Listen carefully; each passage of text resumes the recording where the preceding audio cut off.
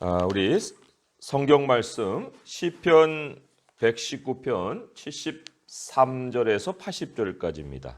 시편 119편 73절에서 80절까지 같이 한번 읽어보도록 하겠습니다. 시편 119편 73절에서 80절까지입니다. 같이 읽어봅니다. 시작. 주의 손이 나를 만들고 세우셨사오니 내가 깨달아 주의 계명들을 배우게 하소서. 주를 경외하는 자들이 나를 보고 기뻐하는 것은 내가 주의 말씀을 바라는 까닭이니이다. 여호와여, 내가 알거니와 주의 심판은 의로우시고 주께서 나를 괴롭게 하심은 성실하심 때문이니이다. 구하오니 주의 종에게 하신 말씀대로 주의 인자하심이 나의 위안이 되게 하시며 주의 긍휼히 여기심이 내게 임하사 내가 살게 하소서. 주의 법은 나의 즐거움이니이다. 교만한 자들이 거짓으로 나를 엎드려뜨렸으니 그들이 수치를 당하게 하소서. 나는 주의 법도를 작은 소리로 읊조리이다. 주를 경외하는 자들이 내게 돌아오게 하소서. 그리하시면 그들이 주의 증거들을 알리이다. 내 마음으로 주의 율례들에 완전하게 하사 내가 수치를 당하지 아니하게 하소서. 아멘. 오늘 말씀 시작하는 73절에는 창조의 사건을 기록을 하고 있어요. 주의 손이 나를 만들고 세우셨다. 이런 창조 사건입니다. 창세기에는 이 만물이 창조되는 이야기가 나옵니다. 그런데 이제 유독 사람에 대해서는 다른 피조물들과 아주 전혀 다른 그러한 창조 방식이 적용되었어요. 창세기 2장 7절에 보게 되면 여호와 하나님이 땅의 흙으로 사람을 지으시고 생명의 호흡이라 이런 뜻인데요. 생명의 호흡을 그 코에 불어넣으시니 사람이 생명이 되니라. 생명이라는 건 이제 살아있는 피조물이 되었다. 이런 뜻입니다.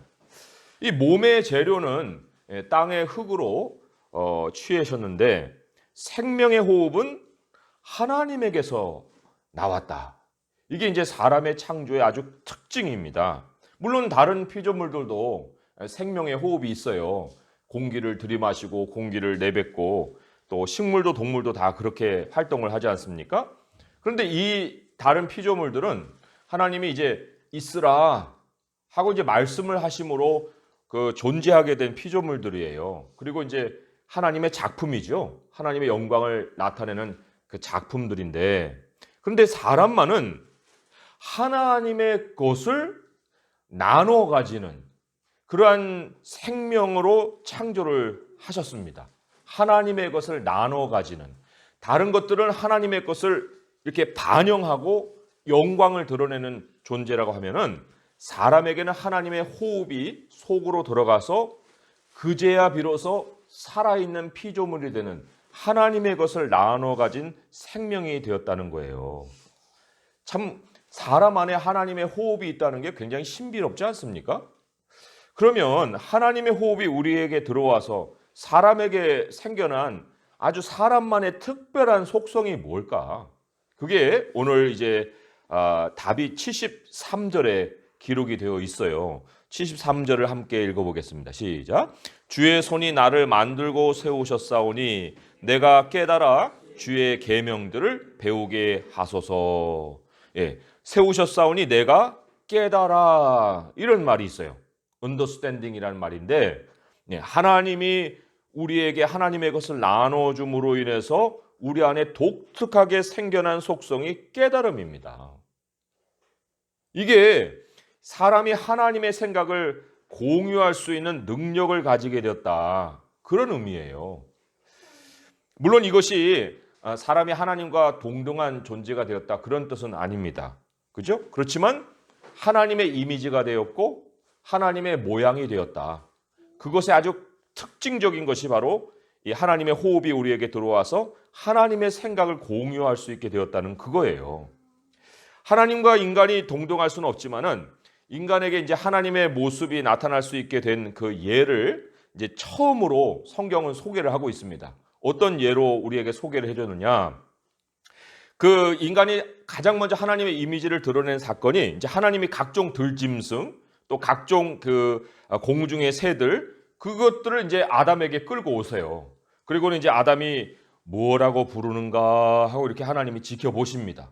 그리고 이제 아담이 각 생물을 부르는 것이 그들의 이름이 되었다. 이렇게 이제 성경이 기록을 하고 있어요. 이게 무엇을 뜻하는가? 이것은 하나님이 지으신 그 창조에 대한 그 깨달음이 아담에게 있다는 것을 보여주는 거예요. 창조의 속성을 그냥 눈으로 보고 뭐 아무런 깨달음도 없고 이게 아니라 하나씩 하나씩 보면서 그 속성이 무엇을 가지고 있는가, 그 생물들이 어떤 속성을 가지고 있는가, 그거를 깨달았다는 겁니다.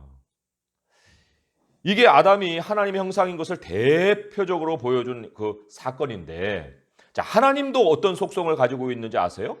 에베소서에 보게 되면 이런 말이 있어요. 하나님은 하늘과 땅의 각 족속에게 이름을 주신 분이시다. 스케일이 다르죠?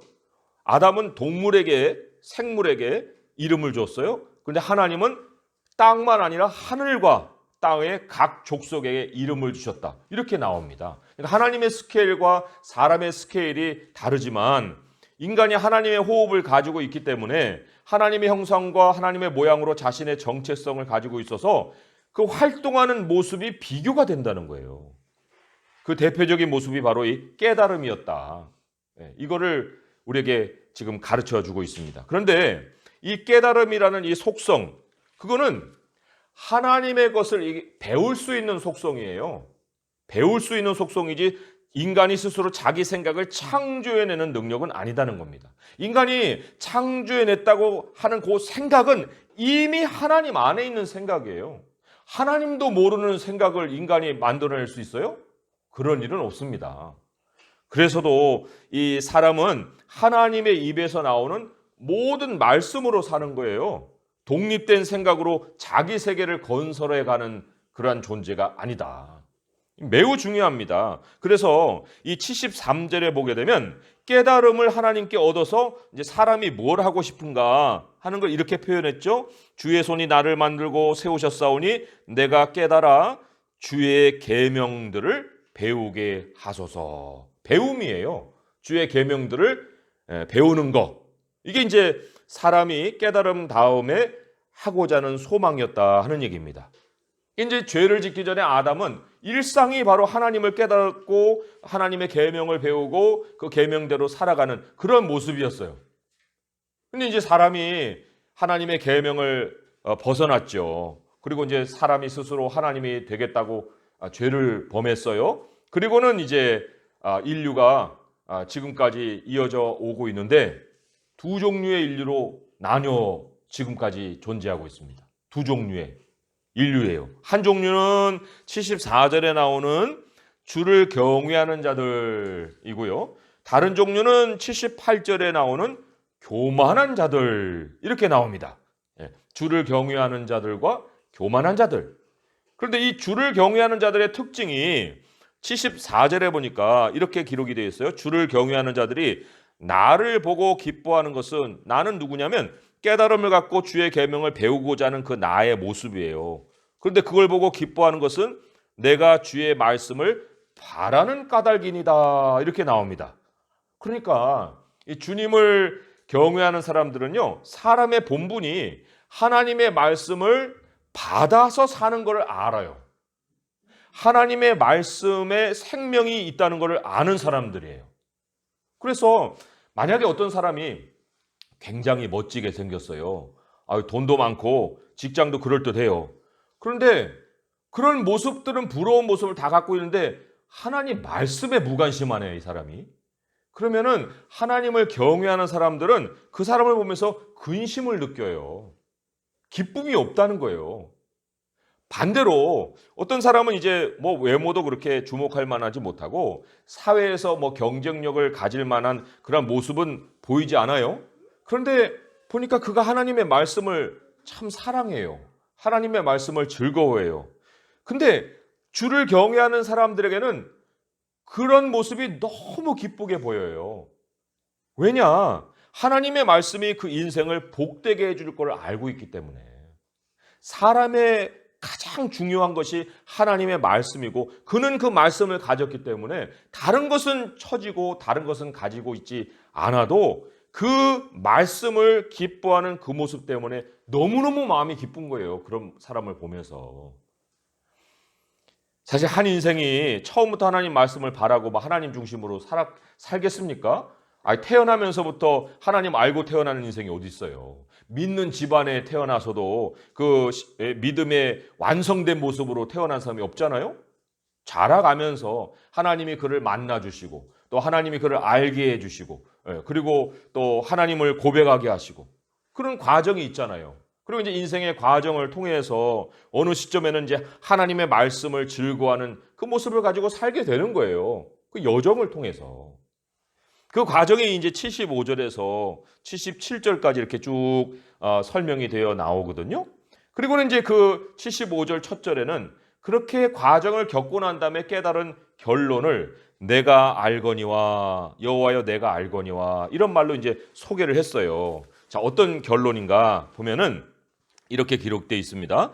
주의 심판은 의로우시고 주께서 나를 괴롭게 하심은 성실하심 때문이니다. 하나님의 판단이 옳아서요.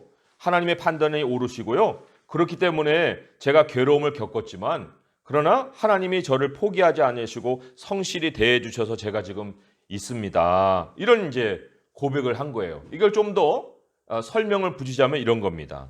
사람은요, 다 시작의 단계에서는 자기 판단, 자기 심판이 옳은 줄 알아요. 그렇게 모든 일들을 계획하고 또 생각하고 행동을 하는 거예요. 그런데 그렇게 자기는 잘 될 것처럼 이제 생각을 하고 행동에 옮겼는데 탄탄대로가 아니에요. 굉장히 어려움도 생기고 고통도 찾아오고 장애물에도 부딪힙니다.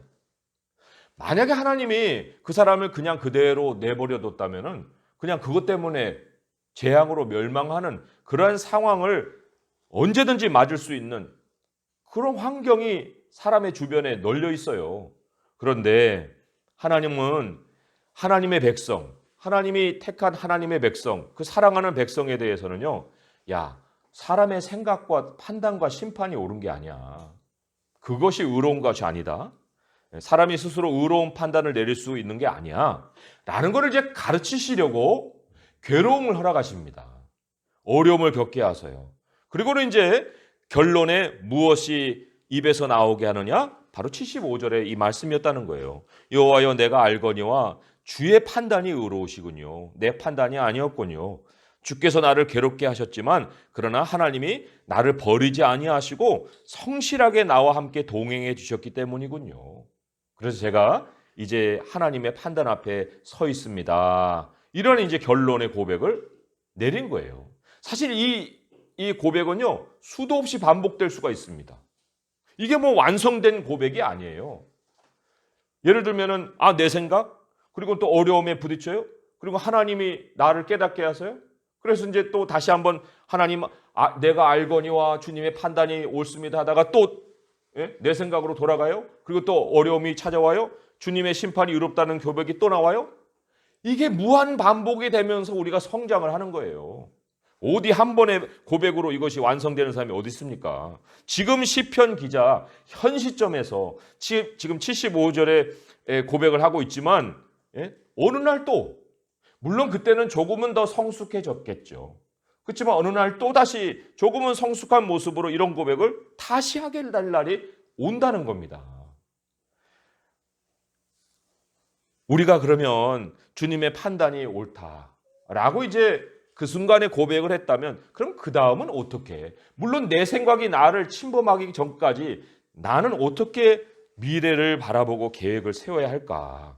그거를 이제 오늘 78절 이하의 말씀, 76절 이하의 말씀이 또 가르쳐주고 있는 거죠. 구하오니 주의 종에게 하신 말씀대로, 우선 거기까지만 봅니다. 구하오니 주의 종에게 하신 말씀대로. 이제는 내 생각이 아니고 하나님이 나에게 주신 말씀대로예요. 하나님 저에게 주신 약속대로예요. 여기 이제 말씀은 특별히 약속이라는 말로 바꿀 수 있는 단어예요. 하나님, 이제 내 생각이 아니고요. 주님이 저에게 주신 그 약속대로예요. 하고 이제 약속을 붙들고 미래를 보게 되는 이런 변화가 있습니다.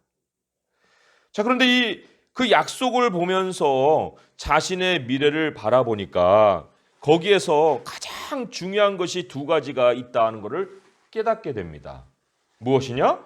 바로 하나님의 인자하심, 사랑과 하나님의 긍휼히 여겨주심, 불쌍히 여겨주신 그것이었다는 거예요. 참 사람이 내가 나의 생각대로 움직여 간다 라고 생각할 때 또 까먹는 것이 하나님의 인자와 하나님의 긍휼입니다. 사실 사람이 자기 생각에 사로잡히면요, 욕심이 굉장히 작동을 하게 돼 있습니다. 더 많은 거, 더 높은 거, 더 많은 인정을 사람들에게 받아가지고 좀 출중한 인생으로 내 자신을 내세우고 싶은 그런 생각이 들어요. 그런데 이제 다시 하나님이 고통을 통해서, 어려움을 통해서 내 안에 하나님의 호흡을 다시 일으키십니다. 그리고 그 호흡이 일어나서 제정신을 차리게 만들죠. 그리고는 이제 주님의 약속을 다시 보게 합니다. 보니까 사람이 하나님의 사랑과 하나님의 긍휼이 없으면 못 산다는 걸 알게 되는 거예요. 그래서 이제 다시 고백하기를, 여기 76절에 보니까 주의 인자하심이 나의 위안이 되게 하시고 주님이 나를 불쌍히 여겨주셔야 내가 살아날 수 있습니다. 하나님 나 불쌍히 여겨주세요. 이런 기도가 이제 다시 나오는 거지요. 그러니까 하나님의 말씀을 우리가 대한다 하는 것은 내가 어떤 행동을 조금 교정을 해서 조금 더 완성된 나를 만들고자 하는 노력이 아니라 그 하나님의 사랑과 그 하나님의 긍휼이 없으면 아무것도 아닌 존재다라는 것을 말씀을 통해서 깨닫게 된다는 거예요. 자, 그렇다고 하면은 78절에 이제 교만한 자들이 나오는데 그 교만한 자들의 거짓이 나를 엎드렸다고 했거든요.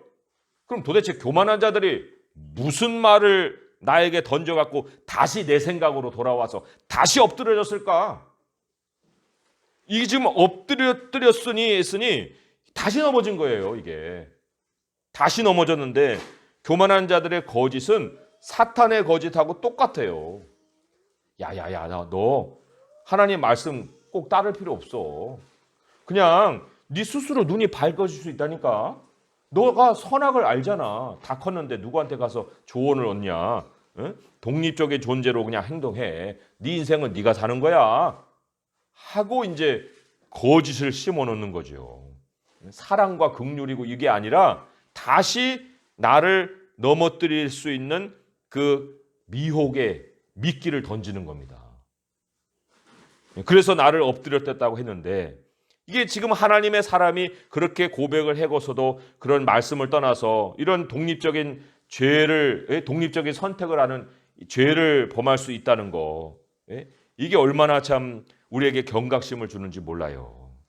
자, 내가 그러한 죄를 지금 짓고 있는지 안 짓고 있는지 그거를 사실은 내 스스로 판단을 못할 때가 있거든요. 그런데 하나님이 그거를 또 확인해 줄 수 있는 분명한 표시를 우리에게 가르치십니다. 79절에 보면 이런 말씀이 있어요. 주를 경외하는 자들이 내게 돌아오게 하소서. 그리하시면 그들이 주의 증거들을 알리이다. 네. 주를 경외하는 사람들이 멀어져 있네. 멀어져 있어요. 아니, 얼마 전까지 성도들에게 둘려서 살았는데 지금은 그들과 멀어져 있어요. 주변에 그들이 없어요. 전에는 그 사람들이 나를 보고 기뻐했어요. 성도들이. 그런데 지금은 내가 그들을 물리쳐버린 거예요. 주변에 나를 보고 기뻐해줄 성도들이 없다는 거예요. 한순간 이렇게 보니까. 그렇다고 할 때 거기에서 바로 내가 나의 생각을 따랐구나 하는 느낌을 갖게 하신다는 겁니다. 이게 얼마나 위험한 순간이냐 하면은 이 순간이 내가 수치를 당할 수 있는 그 순간에 와 있다 라는 표시를 가르쳐 준다는 겁니다. 여기에 보면은 수치라는 말이 두 번이 나와요. 두 번이 나오는데 78절에도 나오고 마지막 절 80절에도 나오거든요. 하나님 나를 엎드렸는데요. 그들이 수치를 당하게 해주시고요. 80절 마지막에는 내가 수치를 당하지 아니하게 해주세요 라는 말이 나오거든요. 수치가 뭘까요? 수치라면 우리의 사전적인 의미로도 다 생각을 해보겠지만 우리가 죄를 짓게 되면요. 사람이 존귀하게 여겨지는 것이 아니라 어느 순간에 모멸감을 당하는 존재로 바뀌어져 버려요. 다른 사람들에 의해서 부끄러운 대상이 돼버리고 감추고 싶은 내 치부가 있을 거 아닙니까? 그게 자꾸 드러나는 거예요. 여태까지 하나님의 사랑과 긍휼이 내 부족함을 가려줬기 때문에 내가 수치스러운 모습을 가지고 있어서도 그것이 안 드러난 거예요. 그런데 하나님의 사랑과 긍휼을 의지하지 않고 내 생각대로 살고 그렇게 행동을 하다 보니까 어느 순간에 수치를 당할 수 있는 그 순간에 내 자신이 있는 거예요.